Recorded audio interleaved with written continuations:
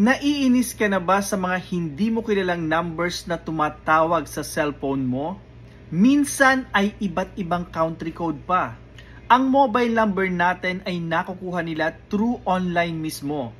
Pwedeng sa email na gamit natin, social media, or sa pag-fill up ng any form online. Maraming factor ang pwedeng pagkakuhanan ng number natin nang masasabi nating mga hackers or scammers. Tara guys, at start na nating i-block ang mga unknown callers na yan. Gawin nyo lang po ito. Tap nyo lang yung settings, scroll nyo lang and then sa baba hanapin nyo yung phone. Tap nyo ito. At sa baba ulit ay makikita nyo yung silent unknown callers na kasamahan ng mga block contacts. Tap nyo lang yan.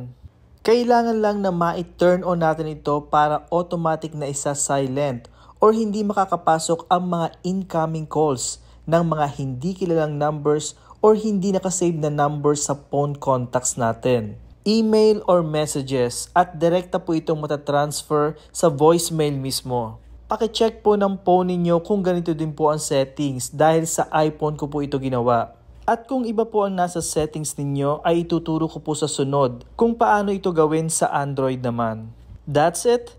At yun lang po guys, at para po sa mga updated na tutorials dito sa Facebook, follow and share.